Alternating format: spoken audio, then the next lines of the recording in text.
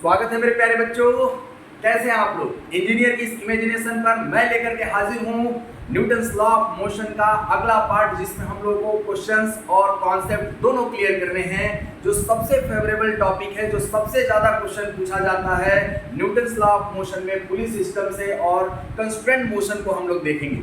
तो पुलिस में हम लोग को दो टाइप के क्वेश्चन देखने हैं। उसके पहले जिन बच्चों ने फ्री बॉडी डायग्राम क्या होता है अगर वो नहीं जानते हैं, तो फ्री बॉडी डायग्राम का मैं वीडियो ऑलरेडी बना चुका हूँ, सेपरेट वीडियो बना चुका हूँ। उस वीडियो को आप लोग जरूर देख लेंगे और हम लोग इसमें उसके एप्लीकेशन को देखेंगे कि मोशन, एक्सेलरेशन और टेंशन कैसे फाइंड आउट किया जाता है।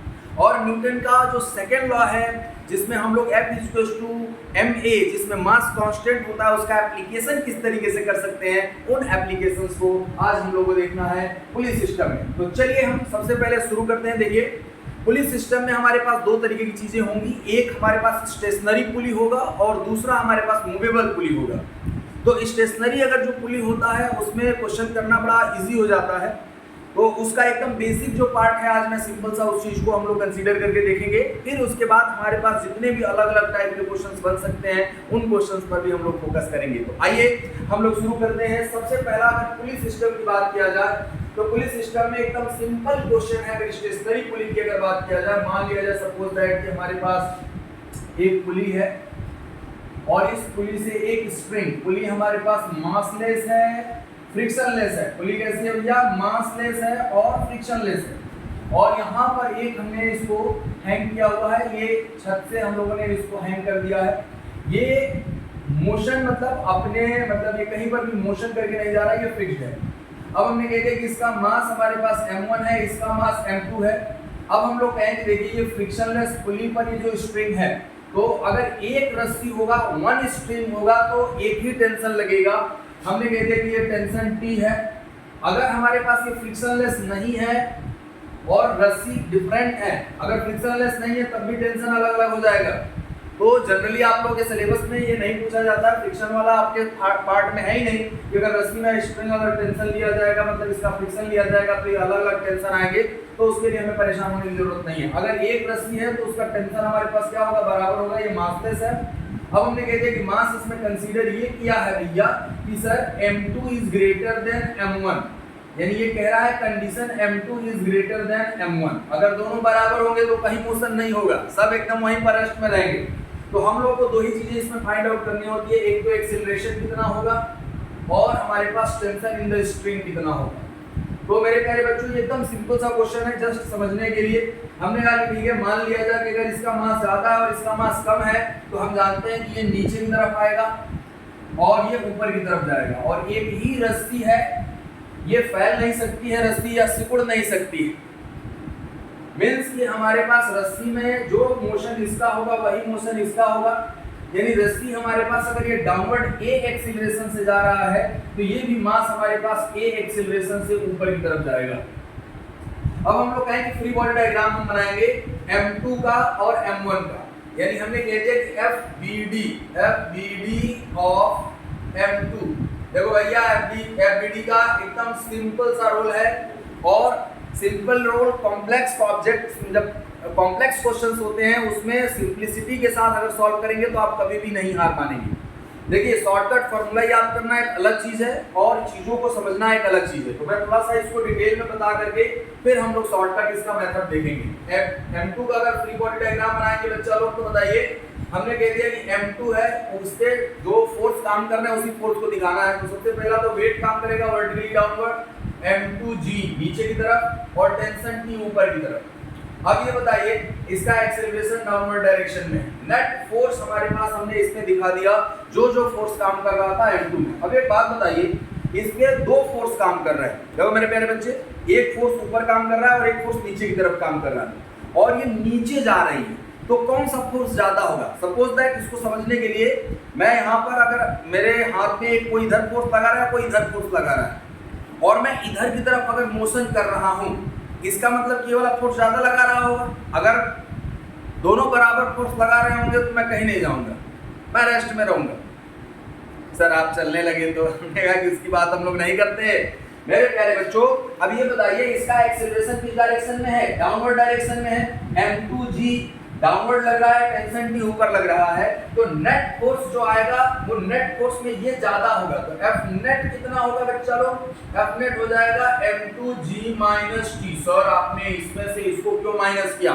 हमने कहा कि एक्सेलरेशन जिस डायरेक्शन में होता है बच्चा, उस डायरेक्शन के फोर्स को हम लोग ये कहेंगे कि वो ज्यादा है। हमने कह दिया कि m2g माइनस टी।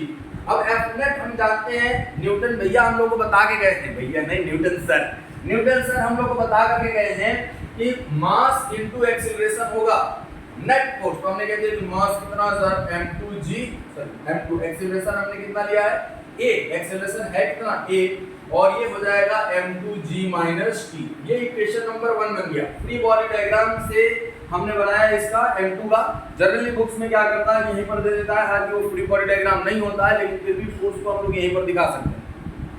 अब हमने कहा कि सर m1 का फ्री बॉडी डायग्राम बनाइए। हमने कहा कि ठीक है भाई m1 का फ्री बॉडी डायग्राम बनाते हैं। तो भैया देखो, अगर हम लोग कहें कि m1 का फ्री बॉडी डायग्राम बनाया जाएगा FBD ऑफ m1 का अगर फ्री बॉडी डायग्राम बनाएंगे बच्चा लोग, तो देखो भाई ये हमारे पास ब्लॉक है, इसका मास m1 है, तो वेट किधर काम करेगा? नीचे m1g किसी भी सिचुएशन में, और ये टेंशन T ऊपर की तरफ काम कर रहा है। बिल्कुल इसमें कहीं और दिक्कत नहीं। अब बताइए मेरे प्यारे बच्चों, यहाँ पर भी ये जो टेंशन T ऊपर की तरफ जो दिखाया गया है बेटा, ये इसी पर फोर्स दिखाया गया है, इसी ब्लॉक पर ऊपर की तरफ फोर्स दिखाया गया है। मतलब मैं ये कह रहा था कि यहीं पर जो फोर्स दिखा देते हैं हम लोग, अगर टेंशन दिखाए हैं तो हम लोग यहाँ पर मास भी दिखा सकते हैं m1g, और यहाँ पर मास हम लोग दिखा सकते हैं m2g। अब देखिए मेरे प्यारे बच्चों, इसका एक्सेलरेशन ऊपर की तरफ है, तो इसमें कौन ज्यादा होगा? टेंशन ज्यादा होगा कि m1g ज्यादा होगा? सर टेंशन ज्यादा होगा। तो हमने कहा कि सर इक्वेशन लिख करके बताइए। हमने कहा कि देखिए भाई, हमने कहा कि देखो इसका इक्वेशन में हमारे पास टेंशन T ज्यादा होगा, तो F नेट कितना हो जाएगा? F नेट इक्वल टू हो जाएगा मेरे प्यारे बच्चों, F नेट डैश कर लो, तो ये F नेट से F नेट इसको बराबर ना कर देंगे, T माइनस m1g, और F नेट क्या हो जाएगा? m1 into acceleration T minus m1g। Sir ठीक है, समझ में आ गया सर, लेकिन इतना डिटेल में हम लोग को करना है सर? हम लोग तो बहुत शॉर्ट में पढ़े। हमने कहा कि मैं भी बताऊंगा यार, कोई ऐसा दिक्कत थोड़ी है।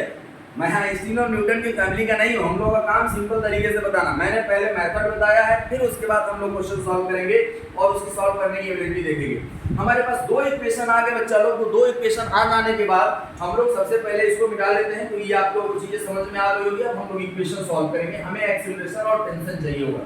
आप लोग भी साथ साथ नोट करते हुए चलें, नोट करेंगे और क्वेश्चंस अगर लिखेंगे आप लोग इसमें फॉर्मेट में, तो आपको हमेशा कोई दिक्कत नहीं होगी। देखिए सीक्वेंस से पढ़ना ही सबसे बड़ी बात है। अब हमने कह दिया कि m2, पहला वाला इक्वेशन क्या है? हमने लिख दिया m2g minus T equals to m2a, equation number 1। और ये क्या है? t minus m1g minus equals to m1 into a, equation number 2। अगर हम इन दोनों को ऐड कर देंगे मेरे प्यारे बच्चों, हमें टेंशन और एक्सीलरेशन निकालना है, दो इक्वेशन और दो अननोन। बहुत अच्छी बात है। हमने कहा कि ठीक है भाई, ये हमने निकाल दिया, हमने कैंसिल कर दिया। ये कितना आ जाएगा? m2g minus m1g equals to m1a plus m2a। तो हमने कह दिया कि इसमें से कॉमन ले लो, तो a equals to a common ले लेंगे हम लोग, यहाँ से इसको इधर लिख दिया, m1 प्लस m2 हो जाएगा equals to m2 minus m1 into में g।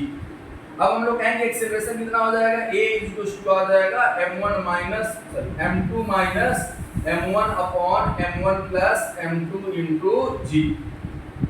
हाँ सर ये तो फॉर्मूला आ गया और यही हम लोग जानते हैं। हमने कहा कि बहुत अच्छी बात है, अगर आप ये जानते हैं तो। अब हमने कहा कि किसी भी एक इक्वेशन में अगर हम लोग ये रखते हैं कि इस एक्सेलरेशन की वैल्यू रख दे तो हमें टेंशन मिल जाएगा। हमने कहा कि चलो अच्छी बात है भाई, किसी भी हम लोग ये कहें कि किसी भी अगर इक्वेशन में अगर हम लोग इसकी वैल्यू रख देंगे, तो मान लो सपोज दैट हम लोग इक्वेशन नंबर 2 में, फ्रॉम इक्वेशन नंबर 2 में अगर हम लोग वैल्यू पुट करते हैं, थोड़ा नोट कर लीजिए जरा, मैं मिटाऊंगा इसको। अगर हमने कहा कि फ्रॉम इक्वेशन नंबर 2, तो एक्सेलरेशन a की वैल्यू है m2 minus m1 upon m1 plus m2 into g। अब देखिए मेरे प्यारे बच्चों, हम लोग इस चीज को अगर देखें, ये वाला मैं निकाल ही देता हूँ, स्पेस की जरूरत रहेगी। अब हमने कहा कि from equation number 2, from equation 2, अगर हमने कहा कि फ्रॉम इक्वेशन 2 की बात किया जाए, तो m1a, a की वैल्यू कितनी है? m2 minus m1 upon m1 plus m2 into G is equals to t minus m1 g। अब हमारे पास t की वैल्यू निकालनी है तो t इज इक्वल्स टू हो जाएगा, ये इधर आकर के ऐड हो जाएगा और ये इसको हम मल्टीप्लाई कर देते हैं। ये हो जाएगा हमारे पास m1 m2 minus m1 square divide by m1 plus m2 into G plus m1 g। Simply हमने इसको इधर ले आए हैं भाई और इस t को यहीं पे रहने दिया और इसको लिख इधर दिया। अब हमको बता दो मेरे प्यारे बच्चों, अब बता दो जल्दी से इक्वेशन क्या होगा, जल्दी से फटाफट फास्ट करेंगे हम लोग क्योंकि इसमें तो कुछ है नहीं। अब हमने कह दिया कि t इज इक्वल्स टू, भैया हम एलसीएम ले लेंगे m1 upon m1 plus m2, m1 plus m2 और दोनों में g है तो g कॉमन ले लेंगे। अब बताओ m1 m2 minus m1 square plus इसका मल्टीप्लाई इसमें होगा तो m1 स्क्वायर और plus m1 m2 plus m1 m2 और इनटू में g। अब हम लोग कहेंगे ये कैंसिल आउट हो जाएगा, ये कट जाएगा तो हमारे पास हो जाएगा 2m1 m2 upon m1 plus m2 into g। ये हो गया टेंशन t। तो टेंशन t हम लोग फाइंड आउट कर लिए भैया। टेंशन t तो इसमें कोई दिक्कत ही नहीं है, हम लोग एकदम आसानी से निकाल सकते हैं सर, ये पहले से भी नोन था लेकिन स्टार्ट वहीं से करना है। देखो भाई अगर बिल्डिंग बनाना है कहीं पर भी तो बिल्डिंग कितनी भी बड़ी बनानी हो आपको स्टार्ट ग्राउंड फ्लोर से ही करना होगा। ऐसा थोड़ी ना होता है कि हम पहले 10th फ्लोर बनाएंगे उसके बाद फिर फर्स्ट फ्लोर बनाएंगे। हमें बनाना पहले फर्स्ट फ्लोर और ग्राउंड फ्लोर और उससे नीचे हमें उसका जो बेस है वो बनाना पड़ेगा। उससे पहले हम लोग वहां पर नहीं जा सकते चाहे कोई कितना भी एजुकेटेड क्यों ना हो। सर तो एक्सीलरेशन आपने निकाल दिया और टेंशन भी फाइंड आउट कर लिया, इसका शॉर्टकट मेथड क्या है भाई? शॉर्टकट मेथड बताइए सर। हमने कहा ठीक है सबसे पहले एक्सीलरेशन निकाला जाता है। क्या निकाला जाता है बच्चा? एक्सीलरेशन निकाला जाता है। हमने कहा कि सपोज दैट अगर हमारे पास कोई भी अगर ब्लॉक है हम लोग कहेंगे एक्सीलरेशन क्या होगा? Acceleration is equal to unbalanced force divided by total mass. Total mass. अब ये बताइए इसमें सर अनबैलेंस कौन है? हमने कहा ये नीचे ला रहा है, ये ऊपर जा रहा है, इसका वेट रोकने का कोशिश करेगा और ये हमारे पास जो होगा इसको चलाने की कोशिश करेगा। तो चलाने वाले माइनस रोकने वाले को हम लोग कह देंगे अनबैलेंस्ड। तो हम लोग ये कहेंगे भैया सर डायरेक्ट हम लोग ये लिख दें m2g माइनस m1g, ये अनबैलेंस फोर्स है और टोटल मास कितना है? m1 plus m2। तो हमारे पास क्या हो गया? m2 minus m1 into G divided by m1 plus m2। ये हो गया एक्सीलरेशन। सर ये तो बड़ा आसानी से आ गया, हमने कहा हाँ आसानी से आ जाएगा, कोई दिक्कत नहीं है, टफ नहीं है। लेकिन ये स्टेशनरी अगर खुली है तभी हम लोग ऐसा करेंगे, हर जगह हम लोग लगाने की कोशिश करेंगे, गड़बड़ हो जाएगा। अब इसमें से किसी भी एक ब्लॉक का अगर हम लोग फ्री बॉडी डायग्राम बना लें, किसी भी ब्लॉक का अगर फ्री बॉडी डायग्राम बना लिया जाए तो हम लोग एक्सीलरेशन उसमें मतलब टेंशन निकाल सकते हैं। या हम लोगों से ये कहा जाता है कि अगर ऐसा अगर सिस्टम दिया हुआ है तो tension T is equal to 2 into product of mass, product of masses into G divided by sum of masses, sum of masses. तो मेरे प्यारे बच्चों ये बताओ 2m1 m2 into G divided by m1 plus m2, ये tension T आ जाएगा। लेकिन ये फॉर्मूला सिर्फ और सिर्फ यही के लिए लागू है। अगर आप ऐसे अगर आप देखना चाहते हो कि टेंशन किसी भी सिचुएशन में निकाल पाओ तो ये नहीं है। यानी शॉर्टेस्ट फॉर्मेट में हम लोग दोनों निकाल सकते हैं और दोनों इजीली आ जाएगा। लेकिन आपको एक्सीलरेशन निकालने आना चाहिए। एक्सीलरेशन के लिए ये फॉर्मूला जनरली आप लोग यूज करेंगे क्योंकि एग्जाम में हम लोग को टाइम भी सेव करना है। बिना टाइम सेव किए हम लोग इस चीज को नहीं कर सकते। तो ये क्वेश्चन है, जल्दी से फटाफट हम लोग दूसरा क्वेश्चन करेंगे और उसका टेंशन और एक्सीलरेशन निकालेंगे। हम लोग कहेंगे सर अगर एग्जाम में अगर पूछा होगा तो कैसे करना होगा? हमने अभी ऐसे कर सकते हो सर, तो क्या ये इसी टाइप का क्वेश्चन पूछेगा? नहीं, ये इसी टाइप का क्वेश्चन नहीं पूछेगा। तो क्वेश्चन पूछेगा कैसा सर बताइए? हमने कहा क्या बताते हैं भाई। अब हमने कहा कि देखो अगर एक हमारे पास हॉरिजॉन्टल प्लेन पर कोई ब्लॉक है, क्वेश्चन का अगर फॉर्मेट में देखूं कहूं कि ये है हमारे पास कोई ब्लॉक सिस्टम, ये कोई एक प्लेन हमें दिया हुआ है, यहाँ पर एक ब्लॉक रखा है और यहाँ पर हमारे पास ये दूसरा हमारे पास ये पूरा सिस्टम फ्रिक्शनलेस है, फुली मासलेस है और यहाँ पर भी फ्रिक्शन नहीं है, इसका मास m1 है, इसका मास m2 है। अब मेरे प्यारे बच्चों इस बात को समझना है, इसमें इनके बीच में एंगल 90 डिग्री का है, ये भी ध्यान रखना है, ये 90 डिग्री का है। अब अगर हम लोग बात कहें कि इसमें हमारे पास सर इसका हमें निकालना है कि टेंशन कितना होगा और एक्सीलरेशन ऑफ ब्लॉक्स कितना होगा, ये दोनों चीजें हमें निकालना। अब हमने कहा कि सर मोशन कौन कराएगा, हमने कहा सर देखिए मोशन तो ये नीचे कराएगा। अगर हम यहीं पे फ्री बॉडी डायग्राम इसमें अगर हम लोग फोर्सेज इसके बात करें तो कौन कौन सा काम करेगा, m2g और ऊपर टेंशन काम करेगा। और ये ब्लॉक नीचे आएगा, ये तो कोई भी कह सकता है कि ये ब्लॉक नीचे आएगा, हमने कह दिया कि ठीक है ये नीचे आ रहा है और ये रस्सी से कनेक्टेड है तो उतने ही एक्सीलरेशन से इस डायरेक्शन में जाएगा। हमने कहा कि यहाँ पर सर कौन सा फोर्स लग रहा है, हमने कह दिया कि टेंशन। सर इसका वेट क्या क्या होगा, हमने कहा कि देखो भाई वेट का हमने कह दिया कि ये m1g नीचे काम करेगा और यहाँ पर एक नॉर्मल रिएक्शन काम करेगा। और क्या कोई वर्टिकल डायरेक्शन में मोशन हो रहा है इस ब्लॉक का, नहीं सर वर्टिकल डायरेक्शन में नहीं हो रहा। अब अगर वर्टिकल डायरेक्शन में अगर इसका मोशन नहीं हो रहा है तो हमें इन दोनों फोर्सेस का तो कोई काम ही नहीं है, क्योंकि two perpendicular directions are independent to each other. भैया इनके और इनके बीच में एंगल 90 डिग्री का है, तो ये दोनों आपस में जो भी करें उससे इस फोर्स से कोई लेना देना नहीं है। चलिए क्योंकि ये फ्रिक्शनलेस है और फ्रिक्शनलेस होता तो अगर फ्रिक्शन होता तो म्यू इनटू एन यहाँ पर एक फोर्स लग जाता, वो हम लोग देखेंगे जब फ्रिक्शन पढ़ेंगे तब। अब हमने कहा कि चलिए फ्री बॉडी डायग्राम अगर हमने कहा कि देखो ये मोशन वर्टिकल होगा, वर्टिकल मोशन होगा, ये कैसा होगा वर्टिकल, और ये कैसा होगा भैया हॉरिजॉन्टल। तो यहाँ पर हम लोग को कौन सा फोर्स देखना होगा, हॉरिजॉन्टल फोर्स देखना होगा, और यहाँ पर कौन सा फोर्स देखना होगा सर, वर्टिकल फोर्स देखना होगा। अब हमने कहा कि ठीक है सर ये बताइए इसमें मोशन कराने वाला फोर्स क्या है, नेट अनबैलेंस फोर्स। ये T और T एक दूसरे को कैंसिल कर देंगे, ये इंटरनल फोर्स है। एक्सटर्नल फोर्स कितना है, यानी एक्सीलरेशन अगर निकालना है अनबैलेंस फोर्स यानी m2g, यही अनबैलेंस है।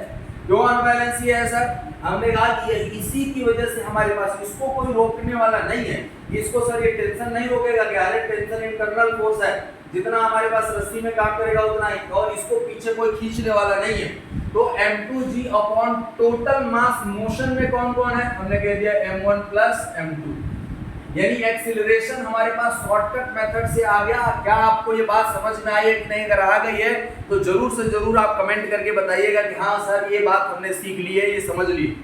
अब हम लोग आगे चले, एक्सीलरेशन अगर निकल गया तो हम लोग किसी का भी अगर फ्री बॉडी डायग्राम बनाएंगे, अगर m2 की अगर हम लोग बात करते हैं बच्चा लोग, तो ये बताइए ये किधर काम करेगा, m2g ऊपर टेंशन T है और एक्सीलरेशन a डाउनवर्ड डायरेक्शन में। तो हम लोग कहेंगे फ्री बॉडी डायग्राम में ये कौन ज्यादा होगा, m2g माइनस t, ये नेट फोर्स हो गया। और नेट फोर्स किसके बराबर होता है, मास इनटू एक्सीलरेशन के। एक्सीलरेशन ऑलरेडी हम लोग निकाल चुके हैं, एक्सीलरेशन निकाल चुके हैं, तो m2g minus t is equals to m2 into m2।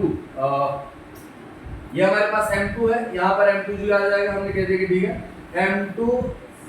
m2g divided by m1 plus m2। अब हमको ये बताइए भाई t अगर निकालना है तो t इक्वल्स टू हम लोग क्या लिखेंगे, t को उधर ले जाओ और इसको इधर ले आओ। तो हमने कह दिया कि m2g minus m2 square g divided by m1 plus m2। g common ले लिया जाए, g दोनों में है तो आ जाएगा हमारे पास m1 m2 plus m2 square minus m2 square into में g divided by m1 plus m2। ये देखिए ये कैंसिल आउट हो गया, तो t इक्वल्स टू कितना आ गया, m1 m2 upon g divided by m1 plus m2। देखिए जो शॉर्टकट मेथड हम लोगों ने अभी पढ़ा था टेंशन के लिए, वो यहाँ पर चेंज हो गया। ये पूरा वीडियो आ रहा है कि नहीं, बिल्कुल आ रहा है। अब हमको बताइए भैया t equals to m1 m2 g upon m1। अच्छा जब दोनों लटक रहे थे, दोनों हैंगिंग में थे, तो 2m1 m2 upon g into g upon m1 plus m2 आया था। तो भैया हम लोग फॉर्मूला केवल रट्टाफिकेशन करेंगे तो गड़बड़ हो जाएगा, रट्टाफिकेशन से काम नहीं चलेगा, कॉन्सेप्ट को समझना है। एक्सीलरेशन के लिए ये फॉर्मूला हम लोग आसानी से याद रख सकते हैं और इस पर क्वेश्चन हम लोग के बन सकते हैं। आइए अब हम लोग इस बात को अगला पॉइंट अगर हम लोग देखें कि अगला क्वेश्चन किस तरीके से होगा।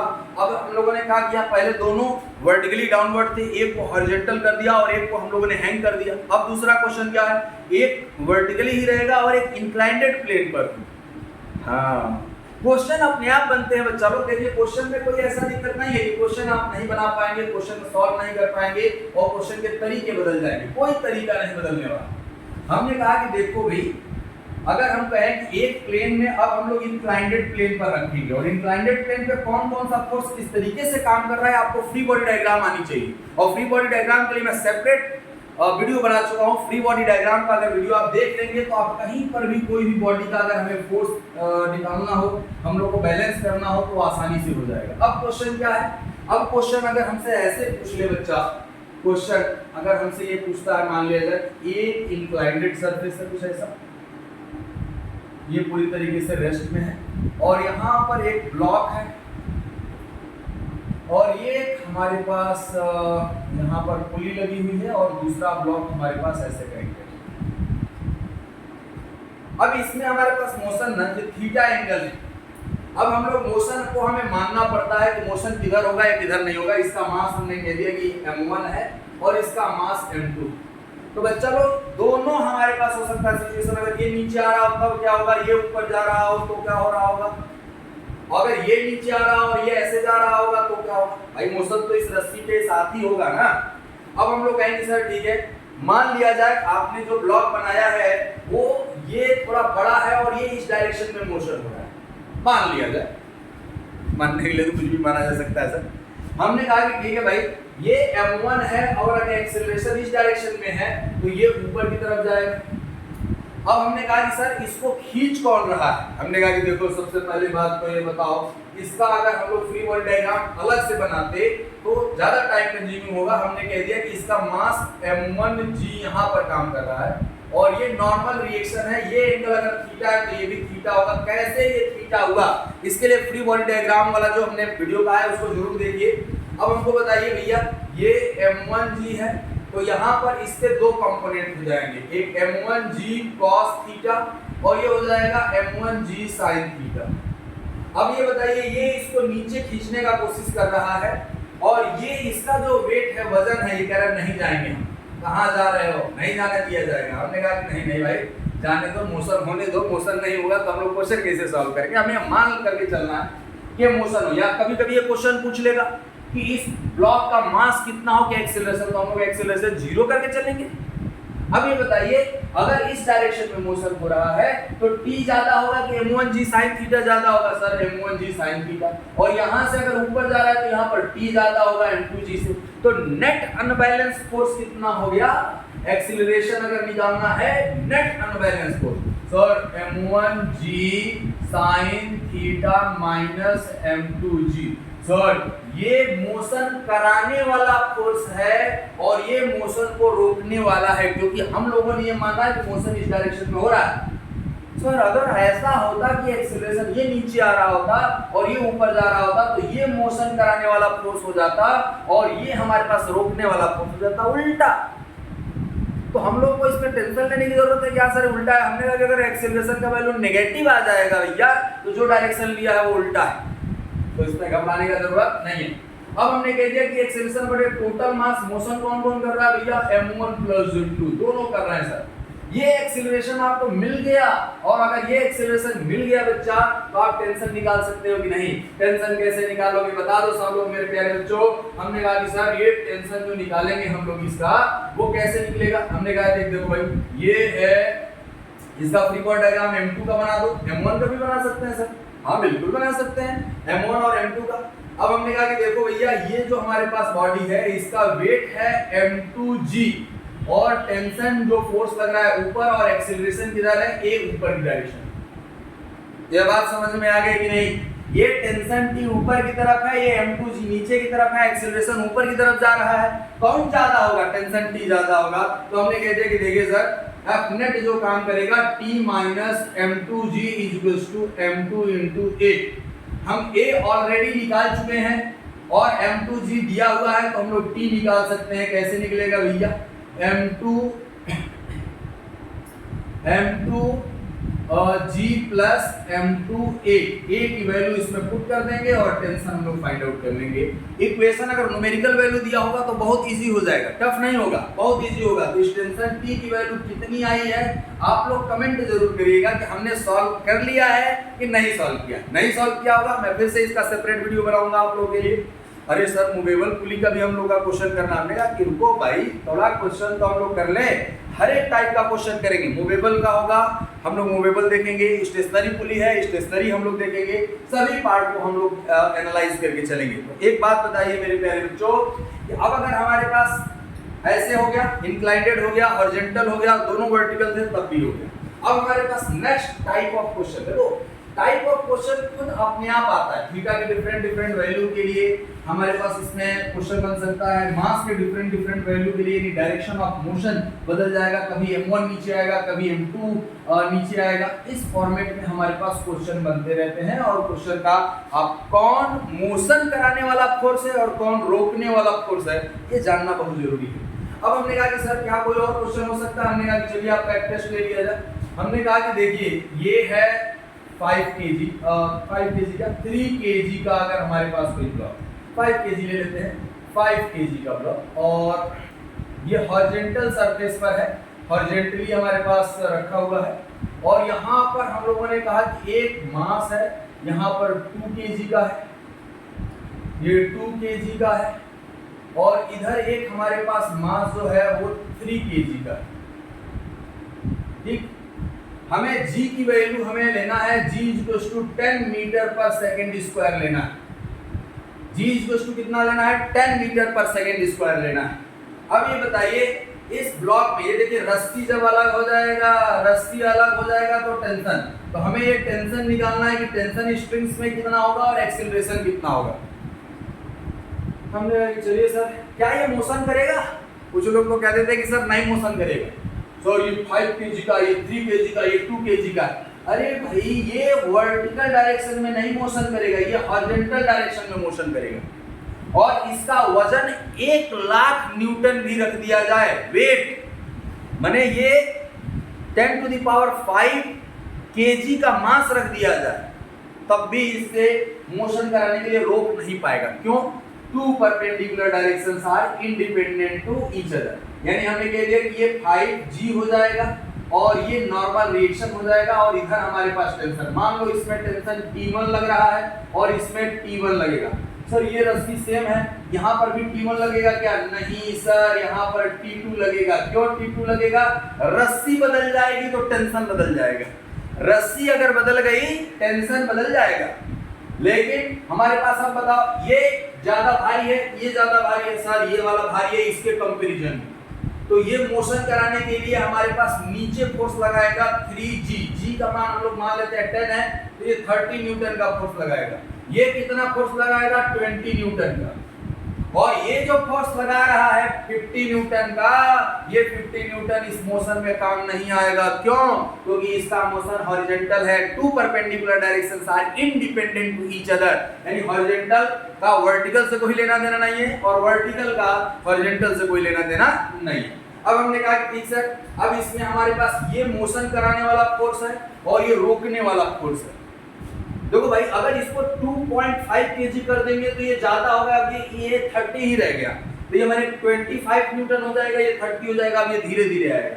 तो हमने कहा कि एक्सीलरेशन सबसे पहले बताइए कि एक्सीलरेशन कितना होगा, तो हमने कहा कि मोशन कराने वाला फोर्स 30 न्यूटन। कितना है भैया? 30 न्यूटन। और मोशन को रोकने वाला कितना है? 20 न्यूटन। और टोटल मास, सर सब मोशन करेंगे ना तो सबका मास लेकर के चलेंगे क्या? हमने कहा हाँ भैया सबका मास लेकर के चलना पड़ेगा। एक बात बताओ, घर में सब कमाने वाले और सब खर्चा करने वाले ही नहीं होते, कुछ ऐसे भी होते हैं घर में जिनको हमें मतलब कोई मतलब ही नहीं, लेकिन खाना तो खाएंगे ना। इनर्सिया, सर कहना क्या चाहते हैं? देखो मान लो भैया हमने कह दिया कि घर में कुछ ऐसे मेंबर्स होते हैं, मैं ये नहीं कह रहा हूँ, फॉर एग्जांपल की बात कर रहा हूँ, इसको अदरवाइज लेने की जरूरत नहीं है। सर इमोशनल हो गया, सर हमारे घर में कौन है, ऐसा ऐसा ऐसा कुछ नहीं। मेरी बात को समझिए, अगर पूरा सिस्टम अगर मोशन कर रहा है, पूरा सिस्टम अगर मोशन कर रहा है हमारे पास, तो सभी मास को हम लोग कंसीडर करेंगे ना। अच्छा मान लो अगर हमें 1 लाख रुपया किसी को दे दिया तो अमीर होगा कि गरीब होगा ये तो इस बात पर समझ में आएगा ना कि उसके पास इनिशियल अमाउंट कितना था। पता चला कि 10 लाख का उसके पास कर्जा था पहले से ही। ये बात समझ रहे हैं ना आप लोग? नहीं आएगा इस बात को जरूर बताइएगा। हमने कहा कि ये मोशन कराने वाला फोर्स है, लेकिन मोशन कराने के लिए 3 kg को भी खींचना पड़ेगा, 5 kg को भी खींचना पड़ेगा, 2 kg को भी खींचना पड़ेगा। हमने कहा कि चलिए ठीक है, तो ये कितना हो गया 3 + 2 + 5। सर सीक्वेंस में लिखे तो सीक्वेंस में लिखे 3 + 5 + 2। अब हमारे पास कितना हो गया एक्सीलरेशन, ये हो गया 10 बटे ये भी हो गया 10, यानी a = 1 मीटर पर सेकंड स्क्वायर का हो गया। और ये ऊपर जाएगा, ये हॉरिजॉन्टल डायरेक्शन में इधर जाएगा और ये नीचे आएगा, नीचे आएगा। यह समझ गए हैं? एक्सीलरेशन हमारे पास 1 मीटर पर सेकंड स्क्वायर का आया है। अब हम लोग कहें कि सर टेंसर बताइए T2 का, तो हमने T2 निकालना होगा तो इसका फ्री बॉडी डायग्राम बनाएंगे। हमने कह दिया कि देखिए सर ये है 30 न्यूटन नीचे काम कर रहा है, ऊपर टेंशन T काम कर रहा है T2, और ये 1 एक्सीलरेशन जो है 1 मीटर पर सेकंड स्क्वायर हम निकाल चुके हैं। तो ये बताइए सर कौन सा फोर्स ज्यादा होगा?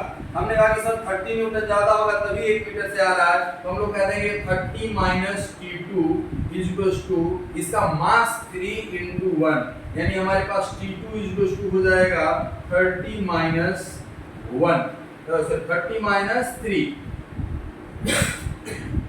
इसका मास जो है मेरे प्यारे बच्चों वो 3 kg है, मास ध्यान रखिएगा। तो T2 = कितना हो गया 27 न्यूटन। कितना आ गया 27 न्यूटन। सर T1 कैसे निकालेंगे? ऐसे ही निकालेंगे हम लोग। इसका फ्री बॉडी डायग्राम बना लें। बताओ, ये हमारे पास 20 न्यूटन नीचे काम कर रहा है, टेंशन T ऊपर काम कर रहा है T1, और एक्सेलरेशन ऊपर की तरफ, तो कौन ज्यादा होगा? T1 ज्यादा होगा। Sir T1 - 20 = 2 × 1। सर 2 क्यों लिखे हैं? क्योंकि इसका मास 1 है, 2 kg है। यहाँ पर 3 क्यों लिखे थे? क्योंकि इसका मास 3 kg था। अब हमको बताइए भैया ये कितना हो जाएगा? T1 = 20 + 2, यानी क्या हो जाएगा 22 न्यूटन। ये T1 हो गया, ये T1 हो गया। T1 = कितना हो गया मेरे प्यारे बच्चों? T1 = 22 न्यूटन हो गया। Is it clear to everyone और नॉट? 5 kg जो 5 kg का ब्लॉक है उसका एक्सेलरेशन कितना हुआ सर? हमने कहा कि देखिए भैया उसका एक्सेलरेशन 1। सर क्या ये 1? अब ये T2 जो है हमारे पास वो कितना है T2। अब हम लोग कहें कि इसका फ्री बॉडी डायग्राम बनाने की जरूरत नहीं थी क्या? हमने कहा कि नहीं, फ्री बॉडी डायग्राम उसका बनाने का जरूरत नहीं है।